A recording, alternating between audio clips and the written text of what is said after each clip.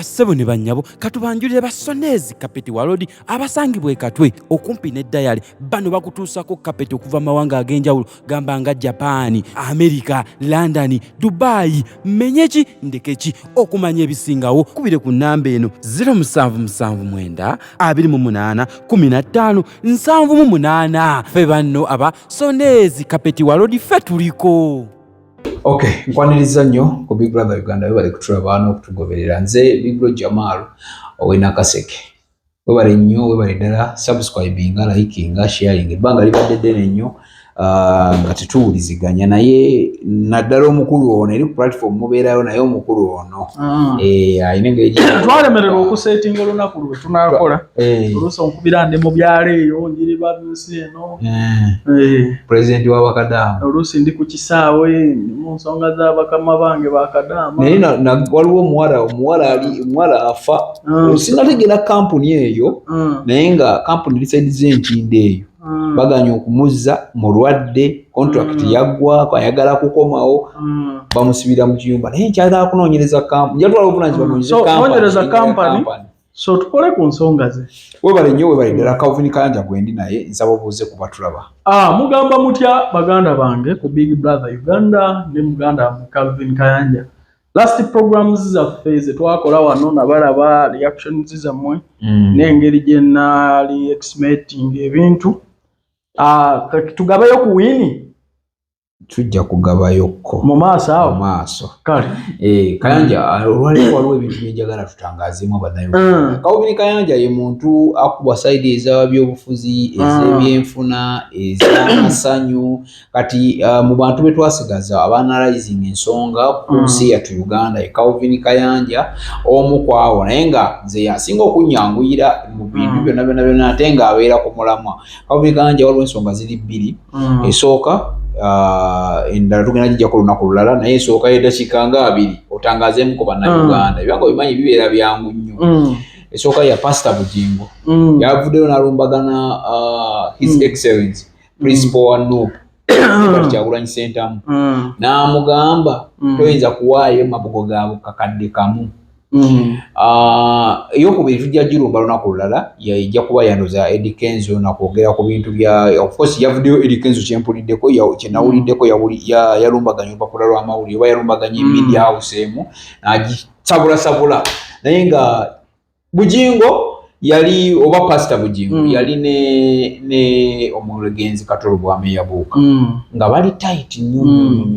Ensonga gye yavuddeyo okutangaza eggwanga ajogeredde mu church actually kuba ensonga ze waba azoogera azogerera mu church nti oswaza nnyo n'agamba ate n'obwana bwa Nuupu tebulina kyanaku nnyo nti Bujingo aleeta ebyobufuzi politics mu church alumba bannabyabufuzi mu church.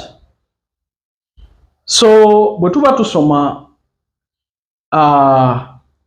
kuki omusumba kyalina okukolera mu church alina kwogera ku biri mu Bayibuli okuleka nga mu Bayibuli ya Pastor Bujingo mulimu awawandiikiddwa Bobiwine ne Nuupu nga kye tutamanyi naye nga ffe abakkiririza mu Yesu Kristo atuwa olunyiriri olwo ne vaasi eyo nti bw'abikkula Bayibuli bw'ati ng'ali katuuti ka Mukama alina kwogera ku Kyagulanyi tali ku byabufuzi kubanga alumba Kyagulanyi ng'omuntu. Lwaki talumba ku bibi President Museveni byakola wano? Tebiriiwo buli kimu kituukiridde mu Uganda. Lwaki tayogera kuba MK movement nga n'akyogerera yagenda mu kooti okulwanisa etteeka President yasayininga ery'ebisi yagandula 9. So lwaki Bayibuli ye ekuba sayidi emu? Ate ng'onaga nti Bayibuli Pastor asoma ki? Asoma Bayibuli. Kati Bayibuli ye lwaki ekuba sayidi emu? Katonda yawandiikiddeyo Pastor Bujingo ekitabo ekirala ekirimu Bobiwine nga Yesu Kristo nti gwalina kuba gwanenya ku buli kimu n'onenya omuddo wa Katonda nti yaleese amabugo ga miliyoni 1 nga waliwo n'abazze nga tebalina kye baleese amabugo baali bagasaze ddi. Abuulira ani yeeteekateeka nti oyo bw'alifa ndiwaayo zino Taliyo.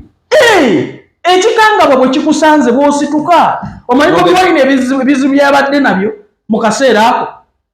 Tetumanyi byabadde. Ye gwalangira banno okuwaayo obukadde 5 tukulaba ddi ng'oziika. Bobiwine wamufuula pulezidenti wa mirambo. Simanyi oyo pulezidenti wa kuziika buli kuziika abeerako. Ekitegeeza abeera n'ensaasaanya eyaddeyire kuba aziika nnyo. Nze bukyanga mbeerawo okulaba Pastor Bujingo mulabye aziika Katolo Lwama yekka. Wabaziika nnyo kitegeeza wabaziika buli lunaku naye waba tasituse waali n'awaayo akakadde ennaku 3 miliyoni za 3. Ze miliyoni 3. Omanyi abantu abakaabirira Kyagulanyi ababonaabona? Abannayuganda abatalina mmere abatulugunyizibwa abalwadde abakola biki? N'asasula n'ateekayo essente. Gwe nga tetugulabangayo gwe batulugunyiza jjawuwo. Oyinza okulembeka amazzi ku taapu nga tekola. Nabange ekola. Olaba abanaku n'ababonaabona gye baddukira tegeeza yeri essuubi. Lwaki tebaddukira wa Bujingo afuna ez'obwereere? Akola bizinensi ki? Kyova abasumba muvudde ku njiri ey'obwakatonda ne mutandika okweyingiza mu byobufuzi. Ekyo nno kyakola bubi e Rwanda. Mbajjukiza kyokodde mu bulungi awo abasumba bavudde ku njiri ey'obwakatonda ne beeyingiza mu byobufuzi babirimbika mu Katonda. Naye si bonna tulaba nti Bujingo yekka yasinze okubeera nga kati nkubuulire ebyobufuzi gavumenti ya Uganda eno manyi etegeera leeti. Wawulire yakuŋŋaanya abantu n'abookya Kibwetere. Wamuwulirako?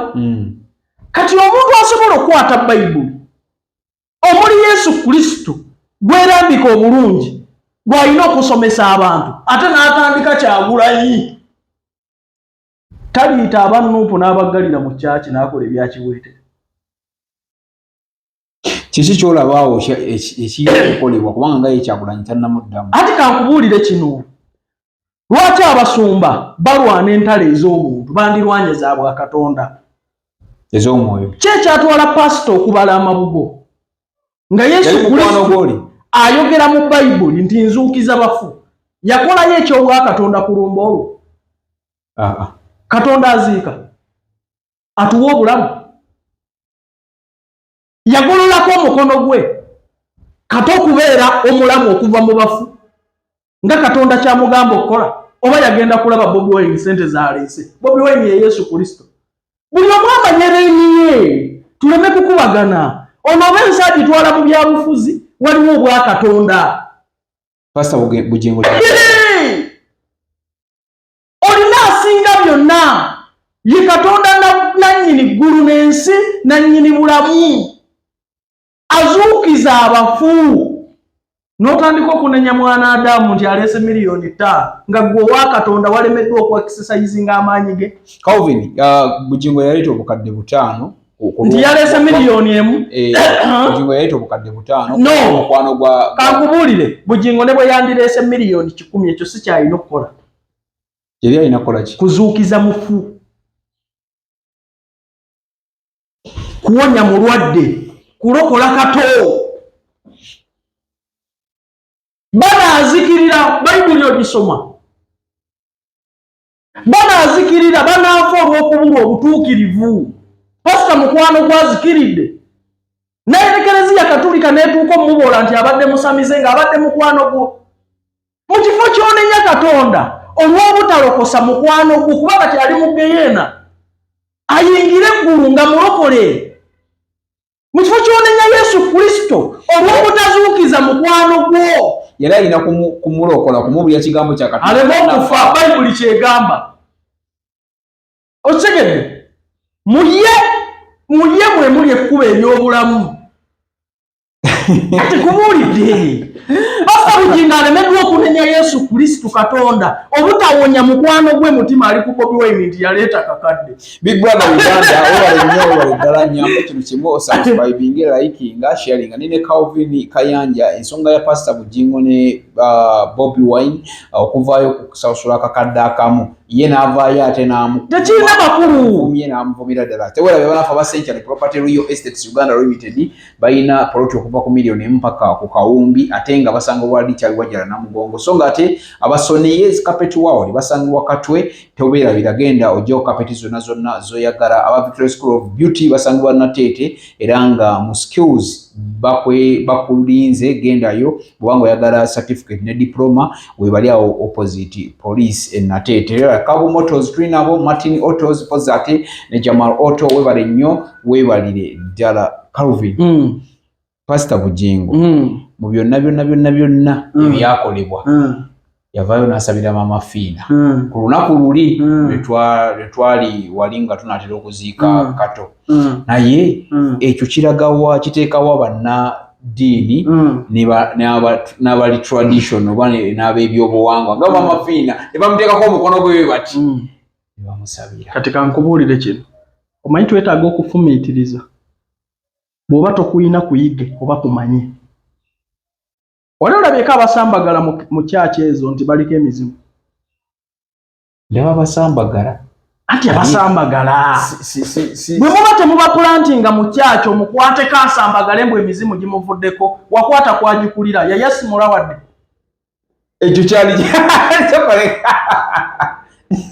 agikulira otandise okufumiitiriza tolina Katonda kozi olaba magnet eya science repels like poles attract each other.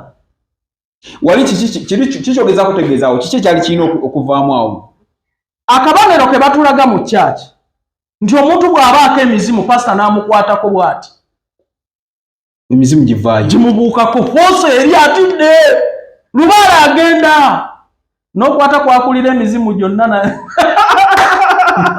n'alaba wadde okwesansabaga kati ekitegeeza kitulaga abo abeesansabaga mu kyaki nti baabaloga baba batege kuba pasita bw'oba okutte kwakulira emisambwa mu Uganda n'alaba wadde okutagalamu kitulaga nti ebiza tolina bwa Katonda ag'amaanyi togalina gakanga emizimu yekwata ku mutwe emizimu ne gimusekerera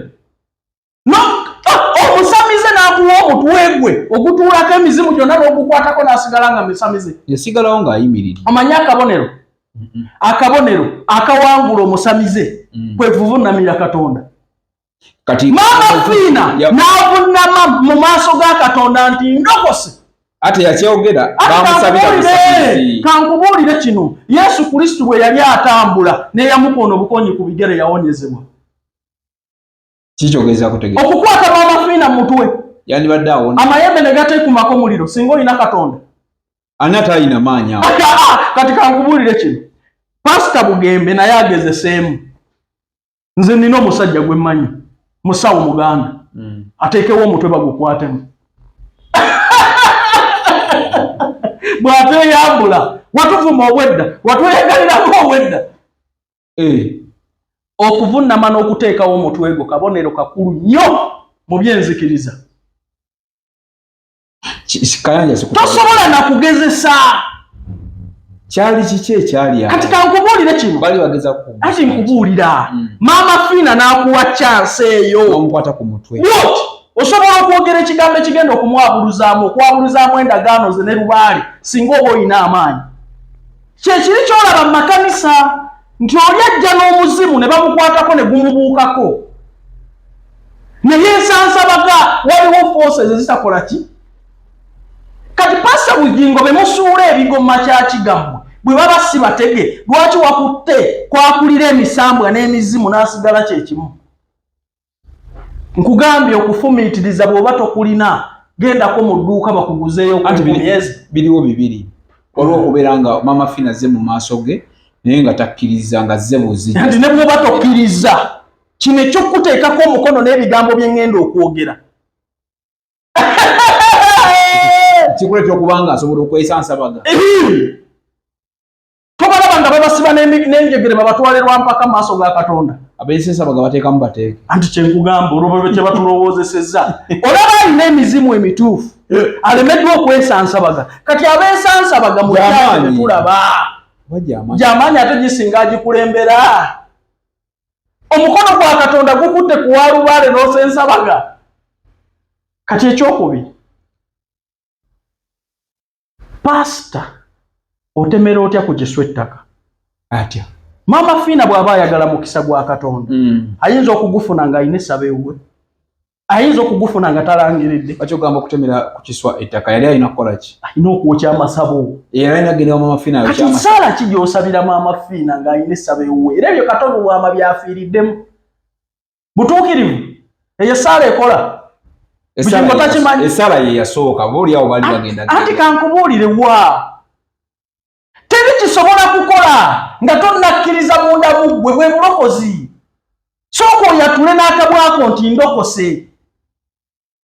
Jangu n'amasabo go nkuwa mukisa. Mama Fina yange bakasitoma baafuna ennaku zino bayitirivu kuva Bujingo lwe yamukwata ku mutwe. Big brother Calvin sibula watu laba agenda kumusa Calvin nga tumaliriza ensonga ya pastor nyimi ne Bobiwine tumaze ne tugenda ka wa Mama Fina naye Bujingo ne Bobiwine njagalo kiwumbe wombo kizike naye ku side ya Kyagula ani ya wininga. Ati kankubuulire kino pastor Bujingo amanyere niye naye yennyini teyakola kyalina kukola. Yasasula ettaano. Ati kankubuulire era tekimala. Tezimujjamu kuba sente afuna za bwereere. Ate oli gwe yagamba yali aziika buli lunaku. Ati nkugambye aziika buli lunaku. Ayamba n'abantu. Kapa pastor Bujingo ng'ebbanga lyembaddewo naakamulaba ku mufu oyo. Nawulirako n'amawulire nti yagenda kuziika nazaalawo. Ebyo bakazi be babyogera. Osigedde ekyokubiri roho ya pastor kye ki? Kuzuukiza mufu, kuwonya mulwadde, kulokola muntu. Omuntu gwe yaliko gwagamba nti mukwano gwe yafa talokose, teyawonyezebwa, teyazuukira. Okyali pastor. Ogwo mpira tuguli 2 mmeka? Sibula. Kati kakubulire kino Kyagulanyi akyabatomeza agenda kubafungula. Sigala mu bwa pastor bwo kukuluma eri Katonda wo. Nti oli Katonda kyatawonyeza mukwano gwange. Katonda wonya sirimu. Eyatugamba mu kigambo kyo nti tulitambuza abalema n'okuzuukiza abafu. Mukwano gwange agenda. Bannabyabufuzi n'ensi amaaso eganjegese kola ebyamagero. Musabire egezesa Katonda wo. Ne toyeka exercise maanyi ga Katonda. Katonda akuvudde. Mu kifo kye wandi mukukulumidde. Abasosolodoti bagano musabira ye n'asabire. Kati awe yandiragidde amaanyi. Okulaga Kato nti nakwegayirira nga oli mulamu olokoke olaba Katonda bwakuzuukiza. Yennyini muyinza, yennyini buli kimu ndyawula abalamu nfu. Bwe mulimpitanga ndijja bino biri mu Bayibuli tebasoma Bayibuli kugitegeera bwe bava nga babuukira bannabyabufuzi. Waleese amabugo matono gakole ki? Bobiwine bwe yandiwaddeyo akawumbi kataazuukire. Twabadde ku nsonga ya mabugo, ya kukungubaga, ya kuziika. Sibula batulaba Kayanja. Mubeere bulungi naye mufumiitirize. Bwe mubawa ebimu eby'ekkumi nga mubitwala mu kasumba owulira nga bazimbidde abakazi baabwe amakyaki abantu basabira mu bigo bya nte.